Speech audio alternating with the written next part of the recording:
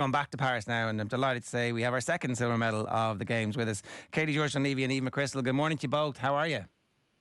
Good morning. Thanks for having us. Morning. We're tired, but in good spirits. Where are you guys in the Athletes Village?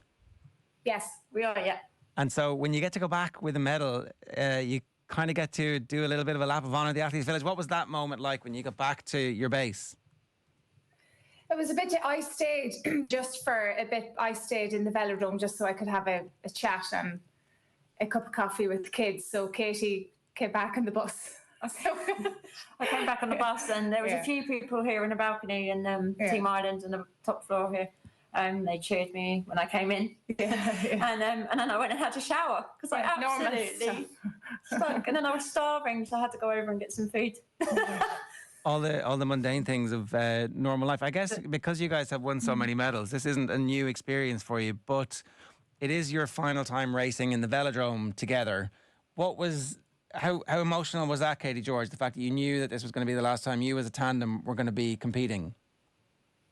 Yeah, it was very emotional, and every medal means so much. There's a story behind every medal, so even though, like you say, we have won medals in the past, this was just as special, and I was overjoyed when I knew we were in that gold silver ride-off, because going into that race, we were really up against it with the 3 GB bikes, and there was a little bit of doubt in my head that it'd be hard to get in even the bronze ride-off, and we've been in the bronze ride-off so many times, and I really didn't want to go in the bronze ride-off, and so actually to come away with the medal, it's just incredible, and I'm just delighted for Eve. It's our last race together, and she's going home with a silver medal, so I'm just so happy for Eve.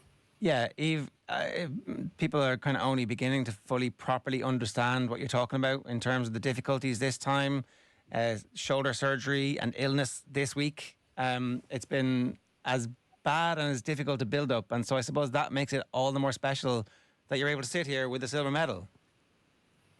Yeah, absolutely. Like Katie we were both together on the road race in Maniago in May.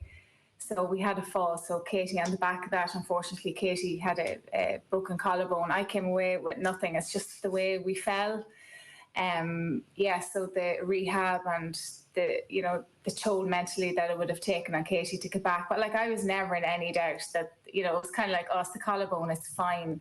I think it's like your badge of honour as a cyclist when you break your collarbone. Everybody does it, and it's an injury that you will come back from. But mentally, when you're so close to the Paralympic Games, it is very tough. So, but I was never in any doubt that Katie was just going to, I don't mean bounce back, but she had to work very hard to get here. And then with the virus, then when we came into the village, Katie was in bed for 3 days. So you're but then sometimes these things are sent to try us. And when you know that that's happened, then that you just have to fight that bit more when you're in the start gate.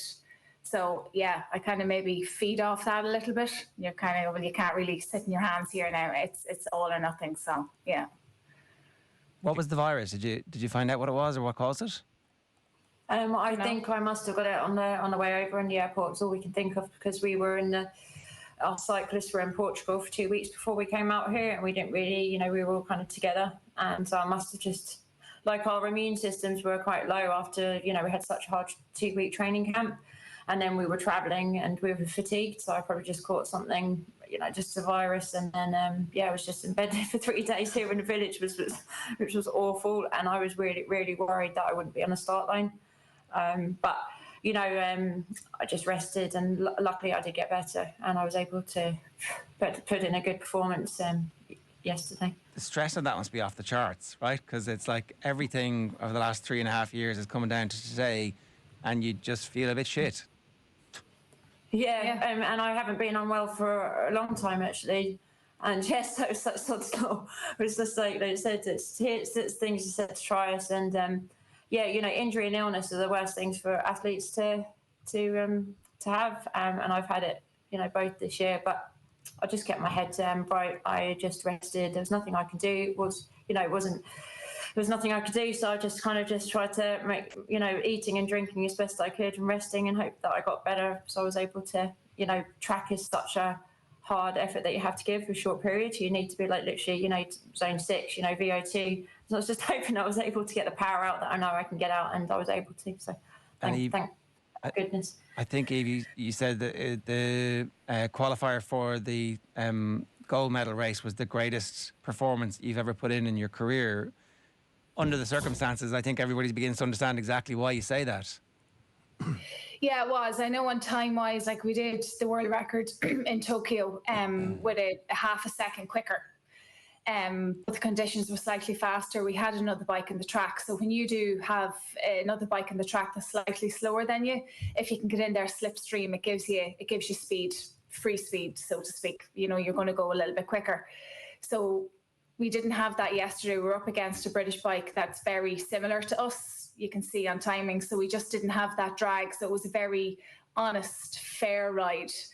So even though it was slower, it was the best ride we've done, so to speak. So to kind of, but we needed to do that to get into that gold, silver medal ride off. Like I think, you know, I said in the interview, I left my soul in that ride. I was absolutely spent. I gave every ounce of my body to that ride.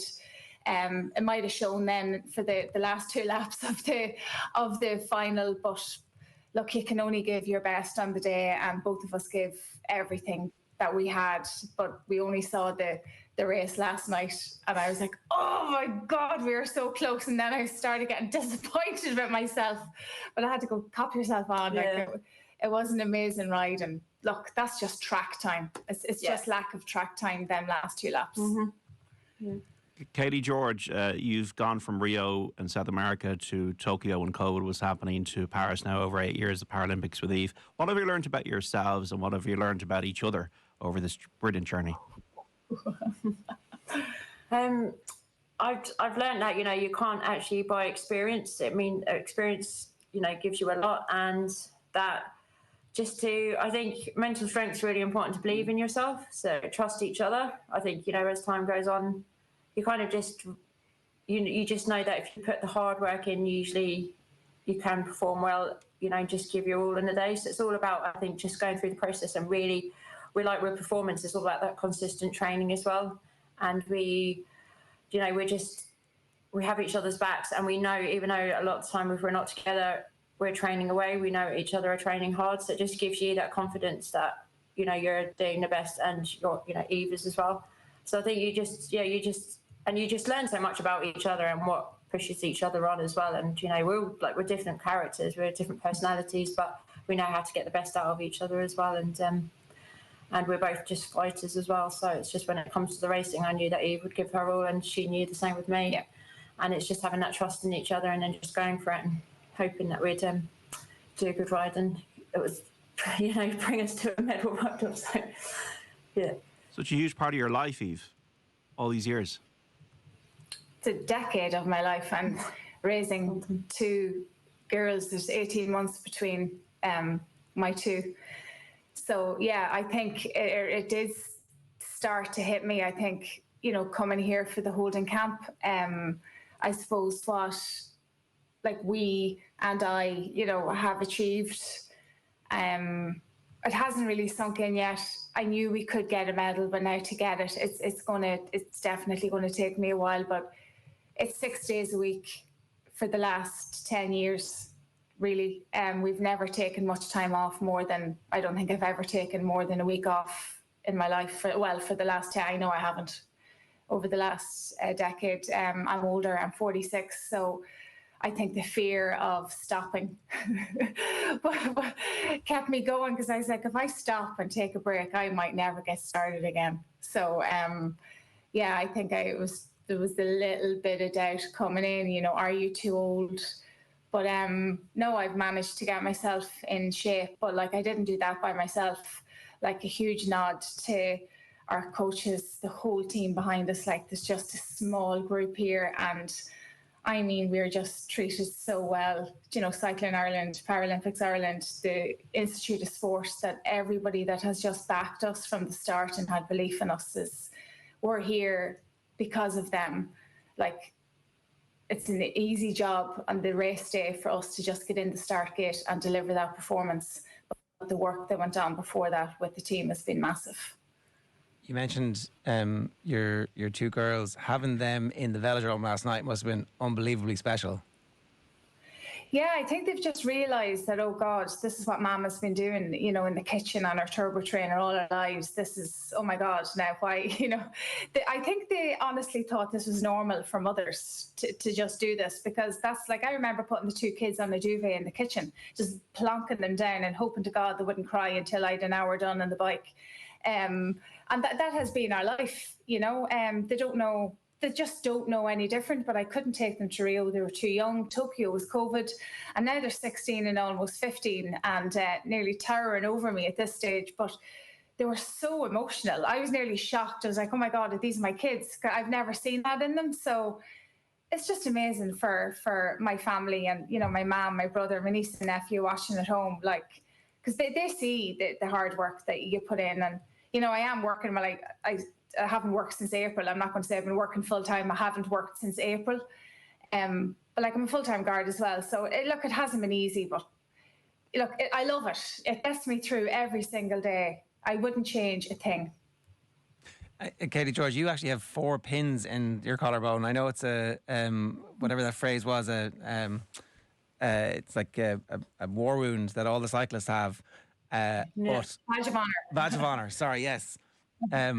4 pins, though. You're going to be going through the airport security for the rest of your life. Do you know what? I haven't sent it off once yet since I've gone through, because I think a lot of them have these scanners now where you stand with your arms like that, and they're probably like, oh yeah, it's just another one with a pin in her, you know, like a lot of other people. So, yeah, having it's more than medals, you know. If you have medals going through the airport, they always kind of, what is that? And then they go, oh, what's this? And you kind of explain, and it's quite nice. But yeah, I got a big plate in there and 4 pins, and it still gives me a bit of jip here and there, discomfort, a bit of pain, but it's just improving all the time. Like, I'll do rehab after this and keep that going and trying to get that shoulder back to strength and full mobility again. And neither of you are actually finished yet. There's road races still to come, so gluttons for punishment.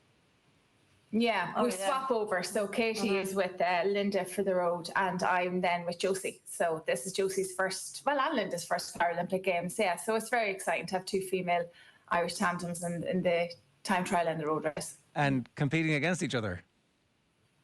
Yeah, but in a road race you're together as well. So it's lovely for me to kind of, as a pilot, have Linda there as a pilot. And, you know, if I suppose, as Katie said, experience is massive, so I can see things in a road race. And like, the girls are more than capable of winning both TT and road race, more than capable. If all the ducks are in a row, I've no doubt that the 2 of them will do it. And the course really suits Linda as a pilot as well. So in a road race then, if I see, you know, a situation where the girls can attack and get up the road, I will say that to Linda.